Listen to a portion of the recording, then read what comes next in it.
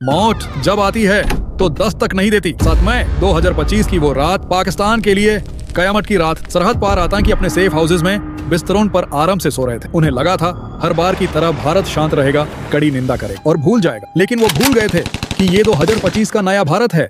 ये वो भारत है जो घर में घुसता भी है और मारता भी है। रात के 1:05 पर आसमान फट पड़ा और शुरू हुआ आतंक का सर्वनाश, जिसका नाम था ऑपरेशन सिंदूर। क्या था ये ऑपरेशन और कैसे हमारे जवानों ने दुश्मन की छाती पर तिरंगा लहराया, आइए देखते हैं। कहानी की शुरुआत होती है पहलगाम के उस दर्दनाक मंजर से। 22 अप्रैल 2025 आतंकियों ने इंसानियत की सारी हदें पार कर दी थी। उन्होंने लोगों को रोका, उनका नाम पूछा, उनका धर्म चेक किया और फिर उन्हें गोली मार दी। 26 बेगुना 26 परिवार उजड़ गए। थी भारत के आत्म सम्मान। ये हमला सिर्फ उन 26 लोगों पर नहीं, 140 करोड़ हिंदुस्तानियों के दिल पर था।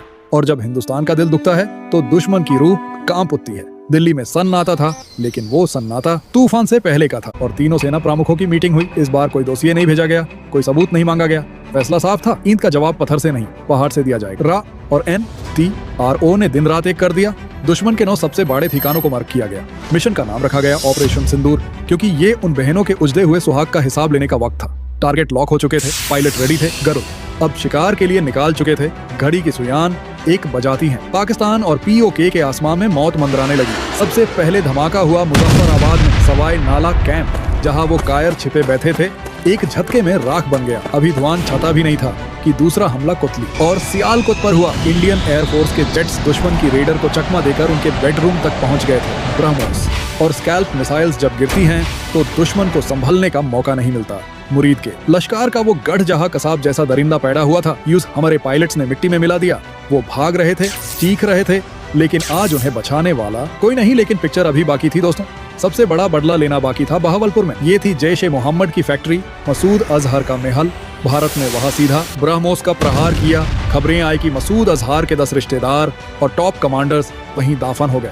जो मसूद अजहर भारत को खून के आंसू रुलाना चाहता था, उस रात वो खुद अपनी बर्बादी पर खून के आंसू रो रहा। सिर्फ 25 मिनट, हाँ सिर्फ 25 मिनट में भारत ने दुश्मन की कमर तोड़ दी। ऑपरेशन के बाद भारत ने जो किया उसने दुनिया को हिला दिया। प्रेस कॉन्फ्रेंस में 2 अफसर सामने आई, विंग कमांडर व्योमिका सिंह और कर्नल सोफिया कुरैशी। ध्यान से सुन, आतंकियों ने धर्म पूछकर मारा था, लेकिन उन्हें जवाब देने वाली एक हिंदू शेरनी और एक मुस्लिम शेरनी थी। ये है भारत।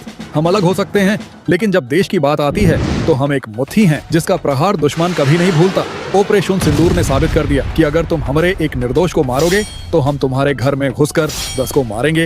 ये नया भारत है, ये छिड़ता नहीं है, लेकिन अगर छेड़ोगे तो छोड़ेगा भी नहीं। दोस्तों, अगर आज आपकी रगों में भी देशभक्ति का खून दौड़ रहा है तो कमेंट बॉक्स में जय हिंद लिखे बिना मत जाना।